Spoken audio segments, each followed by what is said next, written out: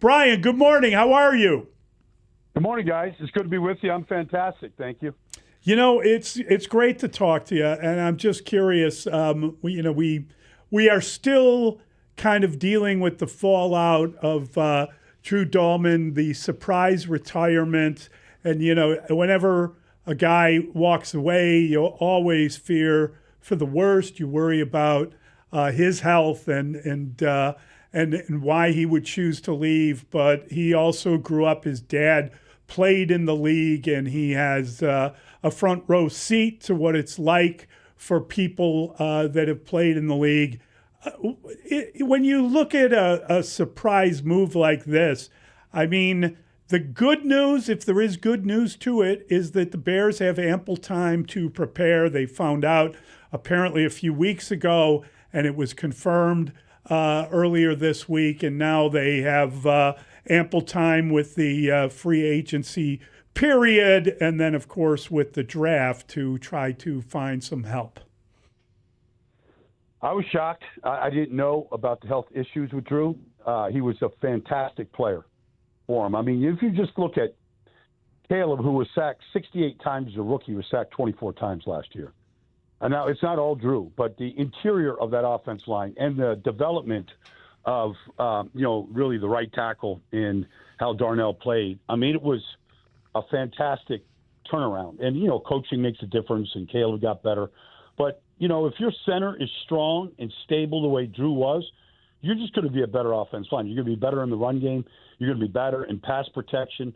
And it's a huge hole. I know Ryan Bates is still there. I think they do have time to try to find that position. But I can go through the offensive lines of every team in the league, and I'll show you a good offensive line, and I'm going to show you a good center. And I'm going to show you a bad offensive line, and I'm going to show you an average to poor center. And it starts right in the middle at the pivot. Does that make that the number one priority over left tackle, Brian? Because what the Bears have at left tackle. They felt so shaky about Theo Benedict that they moved Joe Tooney there for the playoff game against the Rams. And I know that's a need in the offseason as well. But now this is a gaping hole in the middle. Is center a higher priority than left tackle for the Bears? I think so. I think Ozzie will be back, and, I think he'll be better in the second year. He was good while he got in there. He was better. Theo improved while he played, but he's, you come from the University of British Columbia, it's going to be a transition. He is very athletic. But I would say center is a huge priority for this team because you want to really never stop building around Caleb and who's snapping the ball, who's directing the traffic, who's doing all the things that, make the quarterback comfortable and making sure the protections are correct. In this league, it's paramount. And so I think right now it's a bigger priority than left tackle. We know Tyler Linderbaum is probably the best guy available.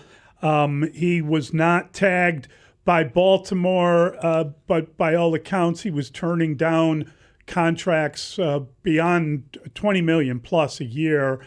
It would be a very expensive purchase, but he is obviously an elite player. Is his market so strong? I know the Chargers are interested. I've seen the Giants, the Raiders mentioned. Yeah. The Bears are kind of up against the cap. How do you view him in terms of the possibility of Chicago getting involved? I love Tyler Linderbaum. I mean, just 2 years ago, Derrick Henry ran for 2,000 yards. Right. And a big part of it was the way that he played. But just coming out of Iowa, the type of kid he is, the wrestling background, he's never really happy in life until he pins his man to the turf. He just has just a pit bull mentality. He's a good player, and he's a little undersized. I like my centers a little bit bigger, but because of his ability to understand leverage and his great hands that he has, he could really solidify that position for a long term. Now, look, free agency, you're going to overpay for players. But that's what free agency does. It puts you in a bind. You got to make sure you get it right. But I feel pretty good that if you have to pay the money to get Tyler, like it takes you out of the draft for that position, which it's okay. It's not a bad draft for centers.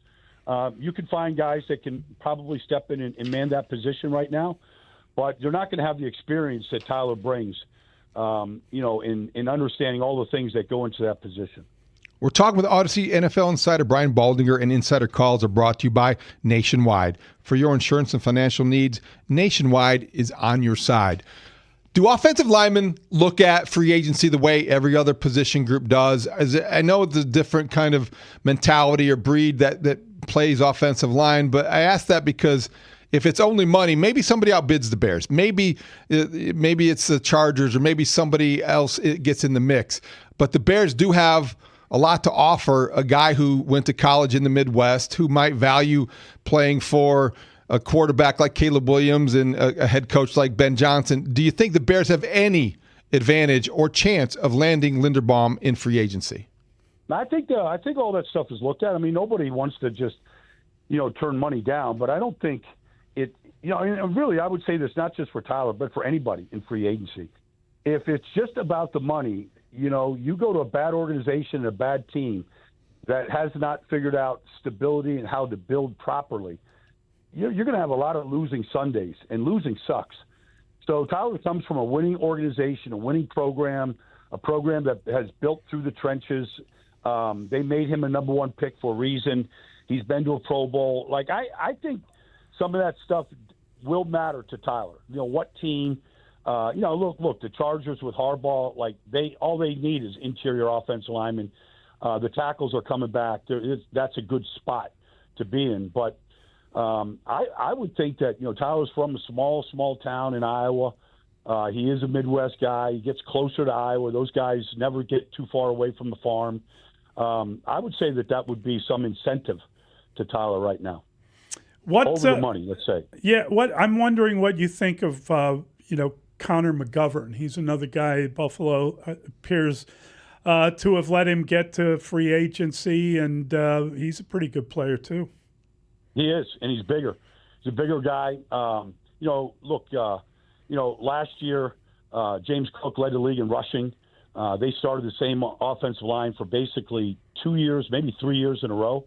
Their offensive line coach just retired there, Aaron Cromer, but Connor was a big addition to that team. I mean, he took over for an undersized center there, and I thought they got better with Connor in there. So he certainly knows how to play the position. He's one of those guys that I don't think he's going to be on the free agent market. I think whatever legal tampering means starts on Monday. I would imagine contracts are going to be put in front of both Tyler and Connor before Monday, at the deadline. As much insight as you have into the Maxx Crosby situation, would you expect that there to be some resolution to what happens with his next team if he stays in Vegas by Monday's legal tampering period beginning? Yeah, it's a tough situation. I know Max pretty good, and he's always wanted to be a Raider. But and really, his defensive line coach, Rob Leonard, is now the defensive coordinator. He loves Rob Leonard. They got a great relationship. And they've been there together since the beginning. And now he's the defensive coordinator. So I know Max doesn't want to leave.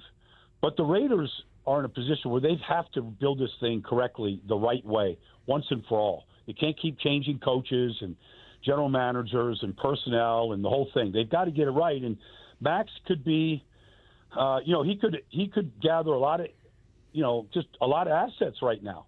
And, even though he's been a premier defensive end, for the last 4 or 5 years in this league, they haven't won any more games because of Max. The culture you could say is better because of what Max brings, but they're going to field a lot of phone calls, and it might be expensive, but if you could land Maxx Crosby, your team gets infinitely better day one. Your practice habits get better. The culture gets better. Game days are more fun. He has not experienced winning on any level. I can't imagine Max winning and what that means. He might never sleep. He might just live on the practice field in the locker room. He might just bring his little daughter and just have a daycare center built for her and just never leave. What's your take on the Bears being up against the cap and the possibility that they're going to move on from a couple players, maybe even DJ Moore? Have you heard much about that? There was a story yesterday because of the the release of Diggs, that maybe the Patriots could be a trade partner on a DJ Moore deal. What have you heard about that possibility? Well, I mean, look, they are up against the cap. I don't know, depending on what read you take. I mean, they could be under the cap. They could be over. It's $300 million, $300+ million this year for the cap. So I'm sure there's a little bit of space there. But look, Caleb is still in a rookie contract. So you've got to do everything you can to try to win big on that deal before Caleb has to, get his big bag that he's going to get. And so you do everything you can right now. I mean, whether it's moving certain players, receivers can be found in free agency, can be found in the draft. Rome's going to be a great player. I think they struck gold with their second-round pick from Missouri last year. I think you can find receivers. It's not my biggest priority when it comes to building a football team. They had to overpay for offensive linemen last year. It was the right thing to do. Tooney's the protector of the year. The guy, he's just ageless, and his performance is still as good as ever. So you just keep building around Caleb right now, whatever it takes. And if receivers got to go or another position got to go, you got to go draft those guys and develop those guys, or get them on a bargain 1-year deal in free agency. So last week at the Combine, Ben Johnson called Tyson Bagent one of the 32 best quarterbacks in the NFL. And this week, the Arizona Cardinals moved on from Kyler Murray. They were reported to be one of the teams maybe interested in Tyson Bagent. The Jets and the Falcons also have been in the mix. Do you think that Tyson Bagent is one of the 32 best quarterbacks in the league? And if so, what would that be worth on the trade market? I think a lot of things that Ben says are there to basically ignite a fire under Caleb, making sure that he's on. When they gave him a contract extension during training camp last year, I thought it was just basically saying, Caleb, if you don't do this stuff properly and correctly and get on the stick here, we got a guy that we think is pretty good. He's just in love with a backup quarterback, and I think Caleb listened to all of it. I think there was some real validity to what I'm saying. Is he one of the best 32? We don't know. It's a very small sample. He gets rid of the ball quickly. He reads defenses. We've seen a lot of guys in a small sample size play very well. But when all of a sudden you're the focal point and Denver's trying to go, ignite a fire and light you up the way Denver could or some of these other defensive lines, we find out a lot more about these players. And I'm not saying Tyson can't do it, and I'm not saying he's not one of the 32 best. I kind of like to believe most of the things that Ben says, but somebody is going to. If somebody pays Tyson Bagent to be the quarterback, you might find a little bit more out about him when he has to be the guy. Things change a little bit like that. What do you think of Malik Willis? I'm just curious about the quarterback position because it feels increasingly like a one-player draft. Like there's only one first-round pick in the draft. There are other guys that will appeal to teams, but if you're looking for a starter, and there are a lot of teams out there, how do you kind of go through these players? Well, Malik is interesting because he has played extremely well as a backup in Green Bay. Yes, and they have won games because of him. And he's such a great kid. When he came out of Liberty, he got drafted by Tennessee. They really gave up on him pretty quickly. They didn't have a good team around him. Green Bay does.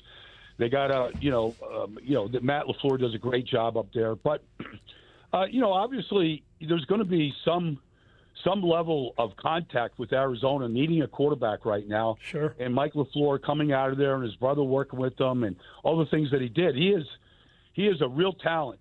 He has not played a lot. It's an awful lot of investment if somebody does, but it's not a good draft for quarterbacks. I kind of like Drew Aller. He got hurt this year at Penn State, but I like to see Drew Aller with a really good quarterback coach and a good team and a chance to sit and maybe learn for a year or two the way Malik did in Tennessee and then, gotten his chance in Green Bay. He really made the best of it. These guys have to be developed.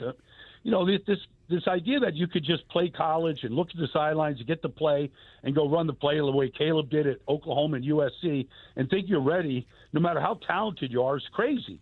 It's just such a different game at the NFL level. And I mean, you watch Utah play football, like the quarterback never holds the ball for 2 seconds, never. And so that's college football. But, maybe at Alabama it's a little bit different, and so you can make your decision about Ty Simpson. But it doesn't look like a great draft for quarterbacks. There's going to get probably overdrafted. You're going to go to the free agent market and overpay for guys that you don't know, whether it's Tyson Bagent or Malik Willis. Pick a guy right now. You don't know what they're going to be like.